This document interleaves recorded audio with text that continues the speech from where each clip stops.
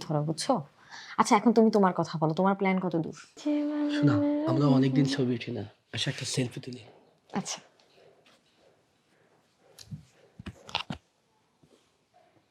তো চলো। তোমার জামাই তো বাসায়। আরে কি বলছো আবোল তাবোল, ও অফিসে চলে গেছে, আমি নিজে বিদায় দিলাম। জান, আমি যেটা বলছি সেটাই সত্য। ও অফিসে যায় নাই, ও বাসায় আছে। আরে রহমত, তোমার মাথায় কি সমস্যা? ওকে আমি একটু আগে অফিসের জন্য বের করে দিলাম, তারপরেই তো তুমি আসলা। আরে জান, আমার কথা বিশ্বাস পাও, তোমার হাজবেন্ড সোফার নিচে লুকিয়ে আছে। আমার কথা তোমার বিশ্বাস হচ্ছে না? দাঁড়াও, দেখাচ্ছি। ইসমাইল, এদিকে আয় তো।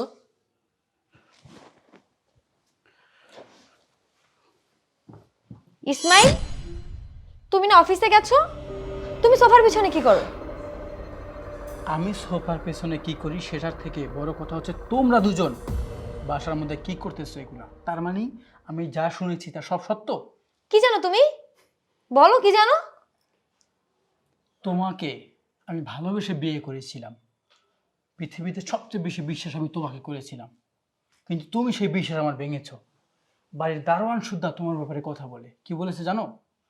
আমি অফিসে যাচ্ছি। স্যার আসসালামু আলাইকুম। ওয়ালাইকুম আসসালাম। স্যার আপনার সাথে একটু কথা ছিল। হ্যাঁ বলো। স্যার ম্যাডামের চরিত্র তো ভালো না। কি বললি দারোয়ানের বাচ্চা?